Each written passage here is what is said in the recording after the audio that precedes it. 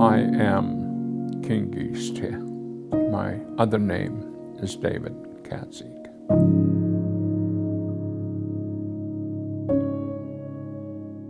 If you admit that you need help, you will get help. And it will come in some of the most unexplained way. Because in our culture, our people says everything has a spirit.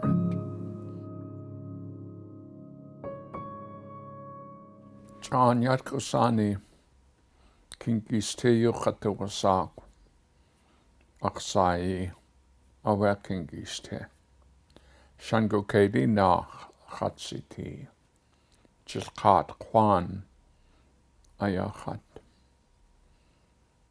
Hitach Shizkihit Kakaudliai hit Yewekuge Hahitki Akish Haskanachtaidi Hasiti Achlil Guhaslukach Adi Achlatlil Guhaskoa Dakdain Tan Hasiti Akdakonugu Kiks Adi Hasiti Akankiyan Awe Kanaxhtulaneegí Asiti Joaqlin Estus Hasiti Joaqlin Achlil Guhas Tlukach Adi Asiti Joaqlin Dakdain Tan Hasiti Joaqlin Kiks Adi Nach Hasiti Aksani Hasawe Deshitan Hasiti Ya Jayegu Gang Akusti Awayin Kahwanik. Most noble, very precious, very unique children of the earth. I am Kingeistí. My other name is David Katzeek. I'm of the Wuskóowu family from the Thunderbird House in Tlingit, from the house that was lowered by the sun, and the house that was built with tree bark. My father's people are of the Kanaxhtulaneegí family from the Chilkat area. They have their houses just like we have our houses. Their houses still stand to this very day. And then my grandfather's people, my mother's father's people, were of the Tlingit clan. They have Joaqlin in Haines. Skoot Yuduasak, it's called Skoot. Deshu is also the name for it. They have their Raven House. It stands to this very day. You can open a door and walk into it, just like the other houses that I mentioned. We have a house with our artifacts.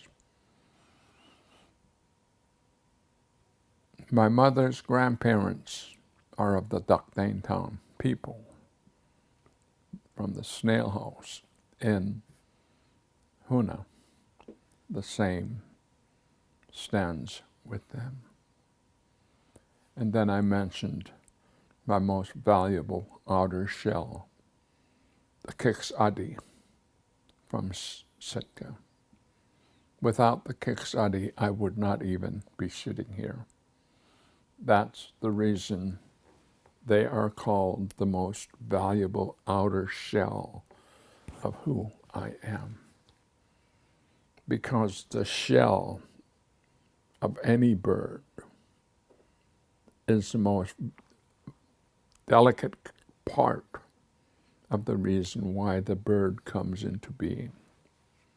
Because that shell protects that little bird that's forming inside the eggs.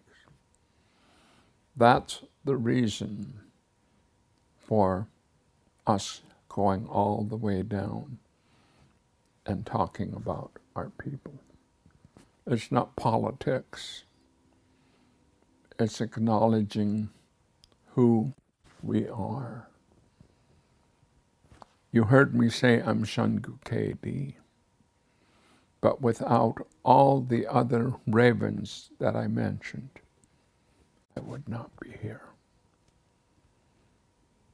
And so sometimes what I see and what I hear troubles my spirit because of the way in which I hear sometimes people talk about themselves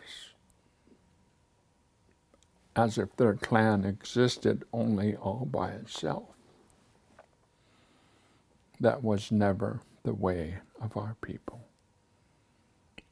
We realized how we were rooted together as a people. But not only that as a people, but how we were also rooted together with the earth. That's why we are called Anyatkusani. That's why an elder a long time ago would say Anyatkusani, Anyatkusani. People of the earth. Of the earth. And it's not a religious thing. Whether you believe in anything or not, we will all return to the earth. Whatever language you speak, whatever your educational achievements may be, and even your professional expertise that you achieve, you're going to return to the earth. And so as a human being of the earth, our educators, which were our grandparents, and others of the different clans, taught us how important it was to take care of the earth. We talk about Ashkwani, and it's interesting that they would even say that. People said long ago that the trees speak to each other, even the grass of the field communicate with one another. Today, they're finding in science that what the Tlingit people brought a long time ago is actually being documented, that the tree people talk with one another. Hayukatangi atuye yati.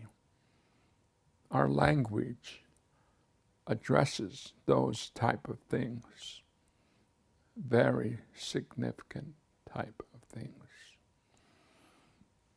And so in 1980, when Sealaska Corporation had a conference in Sitka, they had a conference there to talk to the elders to express their appreciation for their commitment and sacrifice for being able to bring the Claims Act to fruition. These were people that would not be looked at and be held and be brought out like the way we're doing in this particular conference, how individuals come on the stage. These were people who were committed to us. And so they sacrificed so that we could do what we're doing today. And as a person who has watched this, I often wonder where the institutions are. Why don't I see Charlie Joseph's picture somewhere? Why don't I see Robert Zuboff's picture somewhere? There are a lot of these individuals. My mother was one of those individuals who helped the person who worked on this, with this thing that is happening. My mother, Anna Katzeek, because I remember her coming and talking to me about it quite often. And I would share with her. And she went up, I believe, to your very first conference. My mother, her pictures were all over the different places and the kind of things that she did with respect to students, just as much as all those other individuals whose drums are being beaten. Those are the kind of things that I think institutions, whether it be Sealaska Heritage Institute, Alaska Native Brotherhood, Sisterhood, Gold Belt, all the corporations, to me, if they were able to bring those leaders' pictures to the forefront, as opposed to saying, David Katzeek, he did this and this and this. All I've been has been like a mailman, doing the best that I can to deliver the message to the younger generations and the older generations. That's all that I've done. And I don't think I've done a bad job, except for the fact that some of the things that are happening are as a result of the assimilation that took place with us. It brings in a spirit of pride and arrogance, whereas for me, I'm not the most humblest guy in the world. But I acknowledge my grandparents and others that have done things like Saintine, Mildred Sparks. I remember Mildred Sparks when an issue came up. And I was the president of the Sealaska Heritage Institute. And there were 18 advisors. I only had a budget of about maybe $100,000 to have 18 people getting paid the kind of money that the directors were getting paid in those days was not sufficient. So I had to tell them, we can't afford it. And one of the elders stood up and pointed at me and said, this is our leader? We just told him how much we want to get paid. And I'm not going to use the word he used because it's inappropriate. And everybody laughed. Even my own father's people and my own grandfather's people on both sides, they were all laughing. There was one lady. Her name was Mildred Sparks, Kanaxhtulaneegí. The thing that she said was, how many of you men stood with your uncle when he built his tribal house? Tell me, raise your hands. How many of you stood with your uncle? Nobody raised their hand. And she said, I saw this young man when his uncle was building his tribal house, how he was working with his uncle to build the house in Tlingit. So you can laugh all you want. But how many of you even stood with your uncle for anything? Everybody, the whole place went down. So that woman, my father's people, stood up and spoke, not for me, but for our culture, for our language. Because in the way things would go, I'm certain she could feel it, that people would begin, ego and everything would see. You can see it. It's written all over the place. And the point I would say to anybody, it's because of your people I'm here. Not because of my genius, not because of everything that I was taught and everything I took initiative to learn about. The kind of thing that they taught me was our way of living. Our way our people work with each other. And you see the kind of thing that happened there? The type of thing that I described? That wasn't anything new. Because if you read the story about the strong man has the same kind of story that I just shared with you. We have a tendency of acting like we Tlingit people were the very best. I shouldn't even say it in that way. So pardon me, I'm wrong for being able to, I can say that I'm wrong. I was wrong in making that comment. But in our history as a people, we have things in our stories that demonstrate the kind of things that human beings can do to each other. The strong man story. A man, because he was different, was laughed at, put down. Calling leftover vomit was his name that they gave him. Yet he disciplined himself to continue because he loved his people and he knew himself.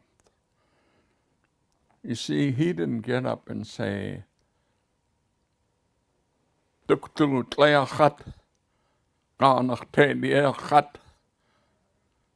he hit the. He was a humble man. He never said the kind of things like I'm saying right now. He was laughed at, he was put down, he was humiliated. Lies were made up about him. And yet he continued to discipline himself till he became a man, an only man, that a totem was made in his honor because he disciplined himself in our ways. And it was not for him to be called Mr. America or Mr. Champion. It was so he can help his people. And that's really what our language and everything that we do, we're doing today. is so we can help others and to be able to achieve things. For me to see last night members of the school board coming here, talking to our people, talking about acknowledging some of the wrongs that have happened to us as a people. And then coming and saying, we're changing that. We're going to do things different. We're going to teach your language. We're going to teach your history. We're going to teach your music. We're going to teach your science. There's powerful, powerful stuff in that. Very, very, very powerful. That's what's happening. That's the vision of our elders, those who've gone on before us. The thing that happened was, I said to the elders, what you want me to do is way bigger than me. They all smiled. Some had tears in their eyes. And they said, that is the way of our people. You will do what needs to get done just because you acknowledged that you need help. To humble yourself. I need help. See that beautiful word?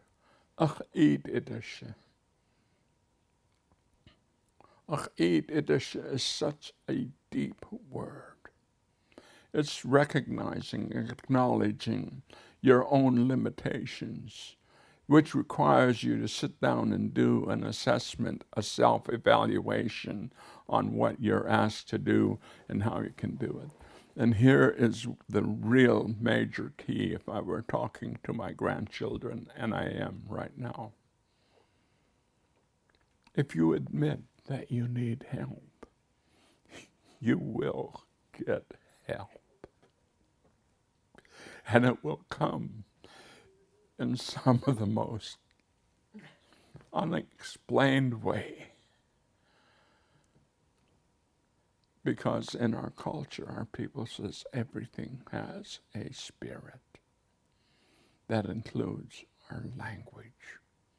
That includes the earth. There's all kinds of issues that we're facing. I believe we have been here and we've gone through a lot as a people and will continue to do it. But there's a purpose for that. So don't be weary. Don't get discouraged. Don't give up. In fact, when your heart is hit, just admit that you're powerless. Wooshteen. Wooshteen awa yeyan dukhejin. Tlachat Wooshteen. Ka awa. Joaqlin Estus. Joaqlin Estus. Haalatsini. Joaqlin Estus. What I said was when a human being says, I am powerless, I need help. It's like the spirit of strength comes up like a seal and looks around and goes over to the individual to give itself to that individual. That is the key to success. That's the key to achievement. And the thing that when that happens, who can walk around and say, this is what I did. When a person knows that he's had help come to him, there's no way, if his heart and his mind was in the right way, that he can say, I did this. That's the way of our people. It's not an ancient saying. I want to say that again. What I hear people say, ancient wisdom, ancient truths. Excuse me. The truth was the truth from the time it started. It was the truth 10,000 years ago. It's still the truth today. If I were to take a rock and drop it, it would have fallen 10,000 years ago. It's still going to fall today. There's no such thing, in my personal opinion, as ancient truth. Because the truth is real. Ye dot now. Not tomorrow or yesterday, present, at the very present moment. What you're hearing is the drumbeat of James Tlingit, Mary Tlingit Casco. The list goes on. Anna Katzeek, Dan Katzeek, Margaret Katzeek, Joe White, William Tlingit, Austin Hammond,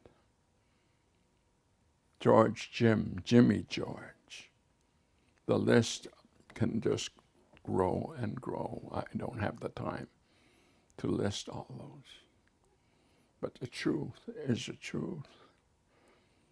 And what I'm seeing happen here, I'm glad that I've lived long enough to watch what's happening with sharing of our knowledge and how it's beginning to really evolve with the people that I see downstairs right now. There's no anthropologist talking to them. And I'm not against anthropologists. No anthropologist telling us on how we are. There's a Taku man downstairs talking to people about how Taku people were. Taku man. Look at how many years that it took. That's another thing. We can't afford to do that. We can't afford to wait for another 20, 30 years. What you got to get now. So, I'm glad that I'm here.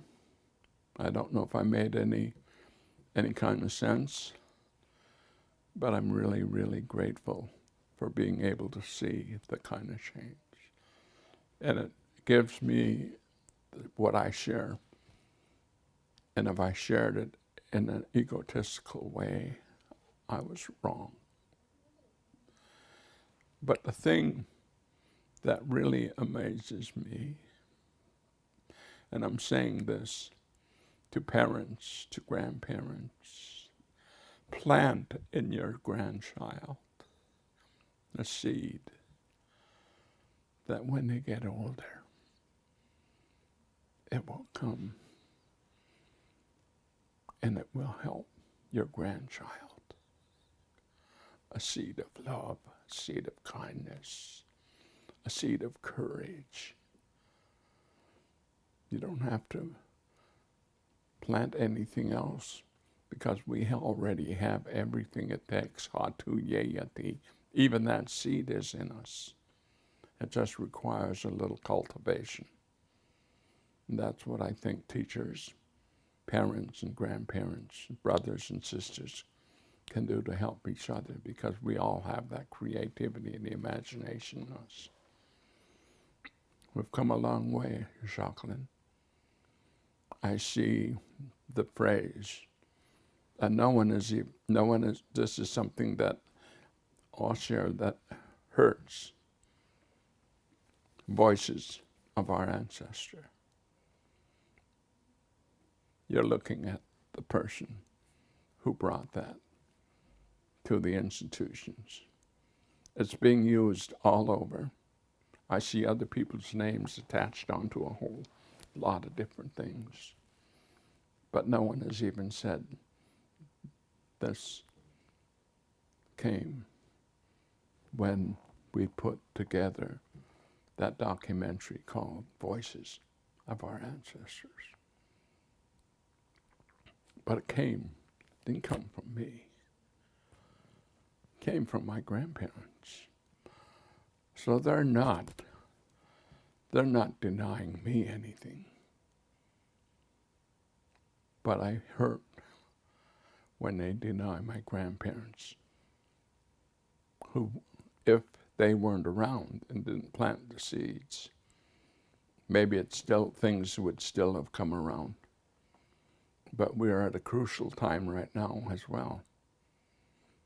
So what I would say in conclusion, yes, we'll get hurt. Yes, things will happen that we don't like.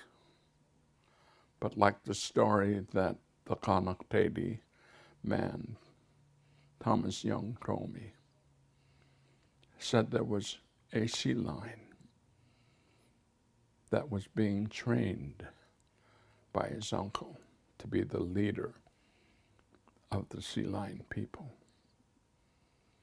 And his uncle was proud of him because he was good. His nephew was really good and disciplined himself and so forth. And what happened suddenly, like the way life is, his uncle was gone. Nobody knew what happened to him. So the young sea lion realized this was the day my uncle was training me for. I'm going to take the position of my uncle. This is what he was training me for. But in the sea lion world, you have to battle yourself to make it to the top. And so when that sea lion battled his way up, he got right up to the very top. His uncle had trained him really well. A big wave came. The wave came and washed him off the rock. And he said, all the other sea lions were going, like they were laughing at him. And he was hurt. But he thought, Uncle didn't train me like this just so I can be laughed at. He went back and he battled his way all the way back up. The second time he made it. When he sat down, he made it. He felt good. All they could hear was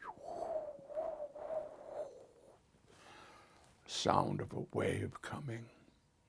And when he looked up, that wave came smashing down on him and washed him off the rock.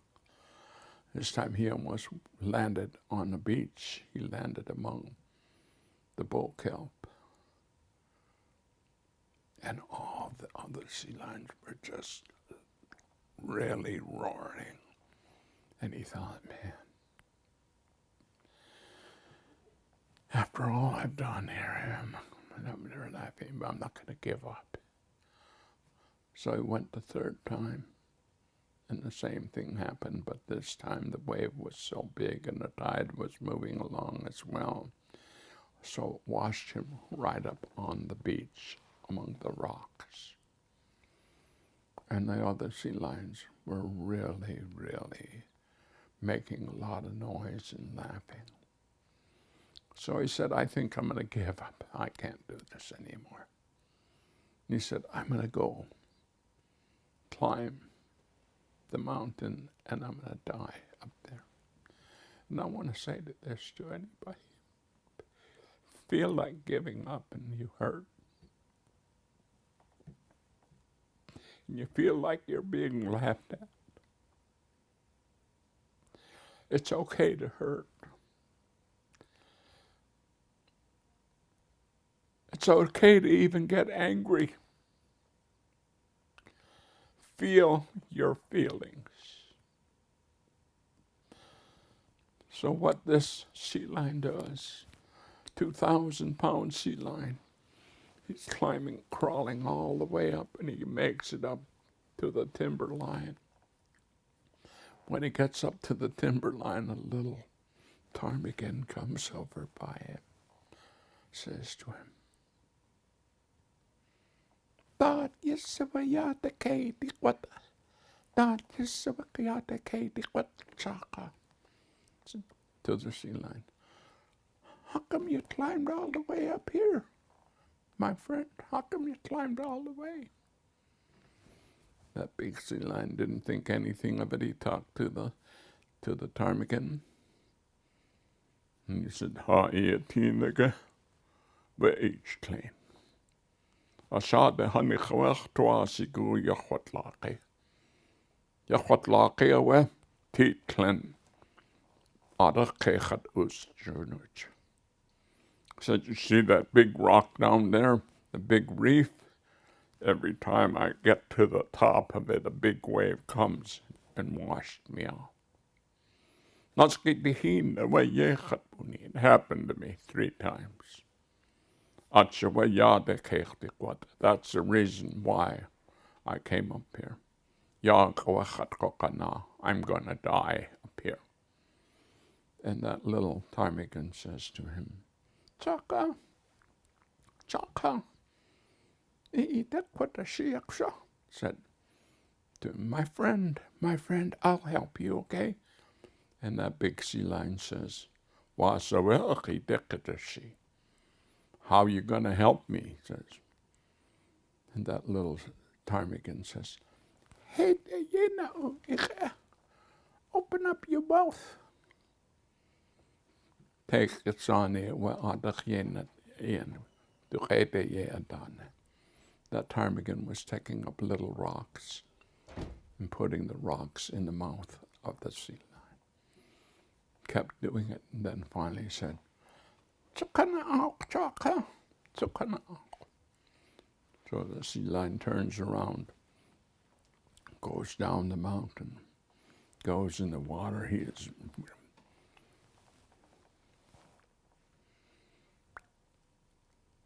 This time, he sees the wave coming. Before, he battled all his own friends and everything to make it to the top. This time he sees that wave coming, and he gets up on the top of it, and he's going down, and he lands right on the rock without fighting, without any kind of wasting of energy. And he just sits there, and nothing but kind of like this kukcha dadaye yati. There was nothing but like spray all around him. And he was sitting there. And then he heard again the opposition. This time it was a huge wave. There were seals and every other kind of thing coming.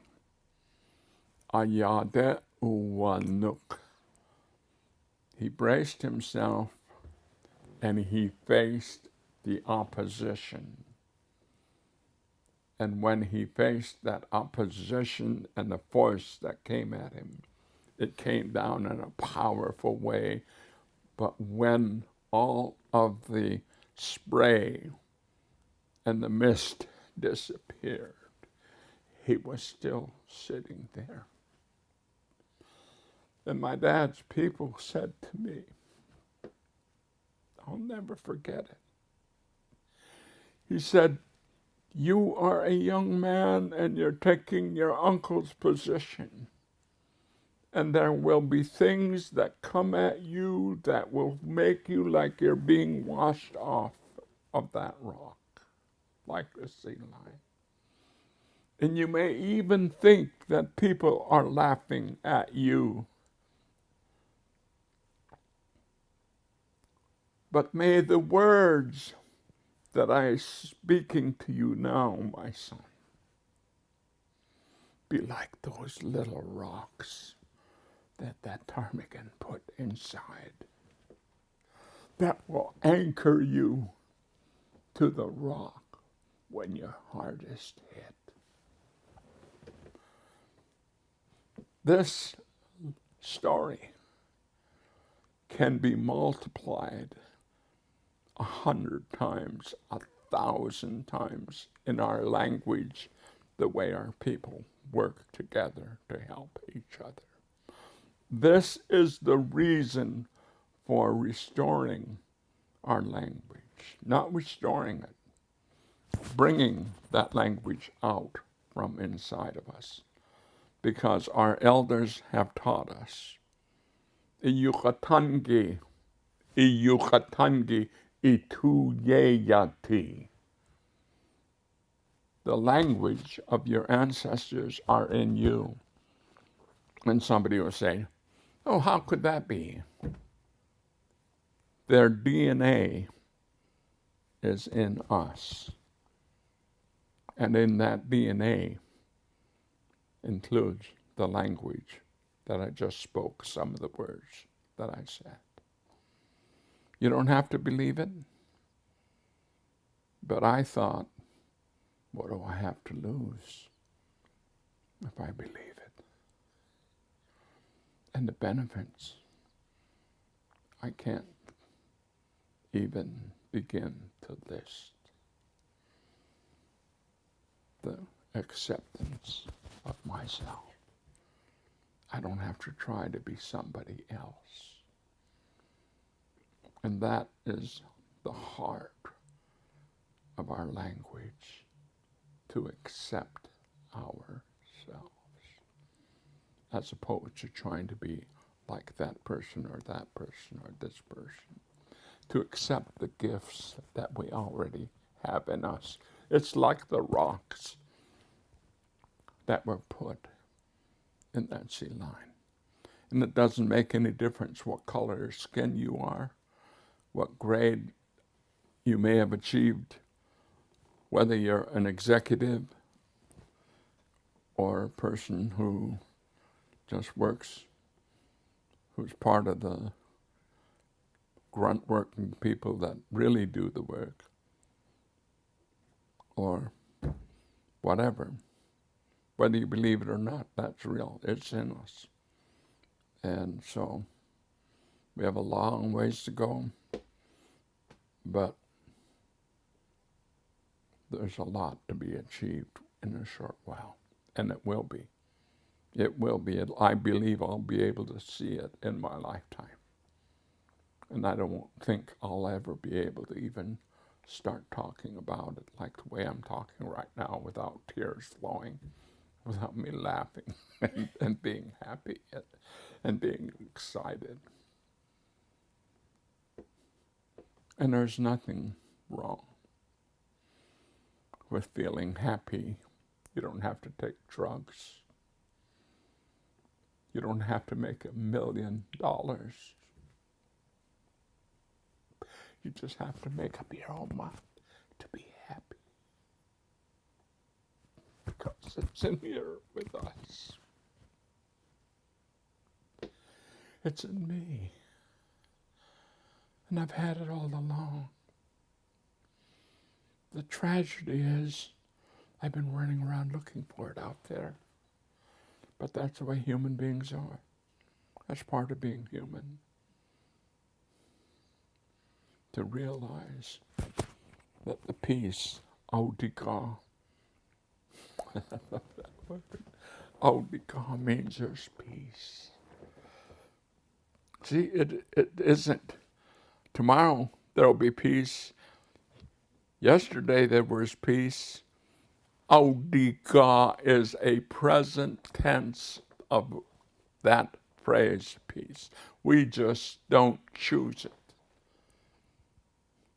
And to me, that's the part. You hear what I said with the language? See, I didn't just say Audika.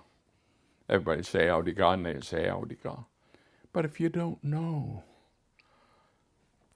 the present tense of that word, that you already have peace. It's just the fact that we don't choose it. So what do I say when I can't accept that I have peace? You know what I say? Help me. I need help. I love that word, I need help. Because when I say that, I don't know why or how. Help comes. No different than that sea lion, right? Huh? That sea lion, he didn't even say, I need help. That ptarmigan just saw that he was out of his environment. And he's saying, what in the world are you doing up here? And that's what fear will do. Will take us out of our environment. What you're hearing me share, that's what I'm sharing now. I'm not sharing it because of this. This is what I've been doing now here in Juneau, almost since 1980. And even before then,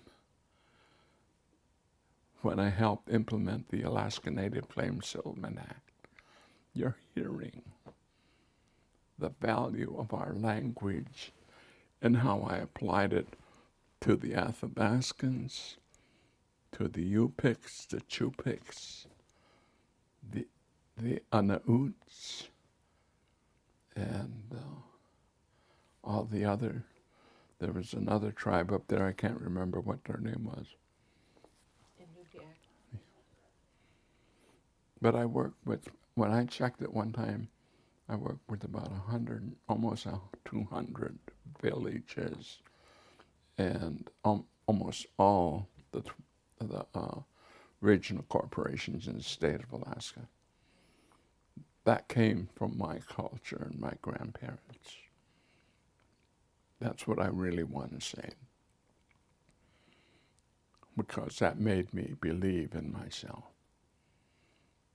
And I'm going to finish by saying this. Tlingit, you are a human being.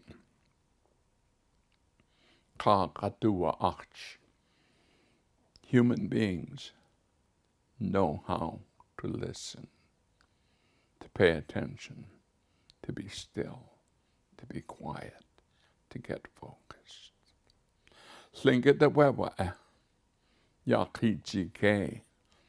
You are a human being, and being human means you are very intelligent.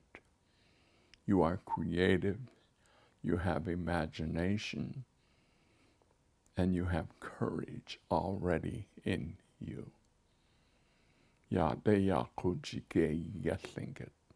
This is the intelligence of being Tlingit, being a human. The next thing they would say, you are a human being, and being human means you are to learn to respect all things, and especially yourself.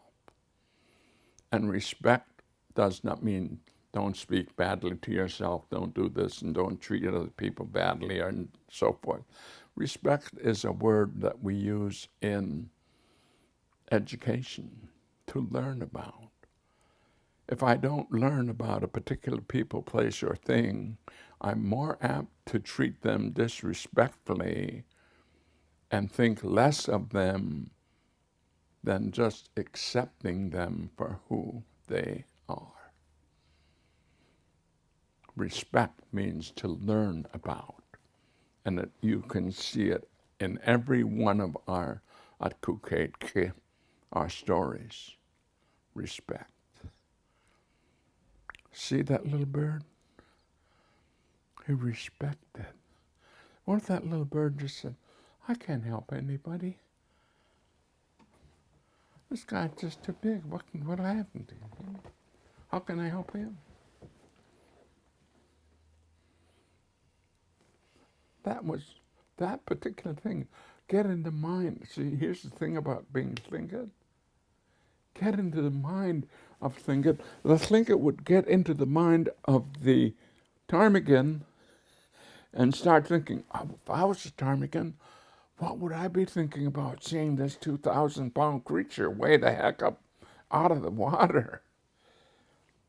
What gave that little ptarmigan such courage? When I heard that story, I heard this thing came to me. Just what made that little old ram think he could butt a hole in the dam? That song. You see how that particular type of thing happens? That is the power. Being able to look at even that cute little song. Because he had high hopes. The two Wuskóowu, the two Wuskóowu. He had hope. And that is fun. That's real fun education. Sometimes when I'm teaching, there are students, adults, children alike, with tears running down their face. And them coming up and saying to me, I want to be a Tlingit. You know what I say? You are. Because being Tlingit means being human. Just to show you the expanse of my mind, I was reading the story of creation in the Bible, but I was reading the Jewish version. I started reading, and it says the higher power. I'm going to use the word higher power instead of God. Said, let us make humans in our image. I was laying on my bed. Humans means Tlingit. And I said, even in the Jewish thing, they're saying, let us make Tlingit. I blasted off of my couch. I was laughing and I was crying. I said, even these are documenting the fact that we're a creationist people. And I'm not saying that as a political thing. That's just what we are. I'm not going to apologize for it. That's the way we were taught. And so I can go on and on and on. And you can do with it. I'll finish here though. Thank you for allowing me to share my heart with you. And I really don't think it's by accident, because I don't think my time is up yet. I believe I had a fair amount more of work to do.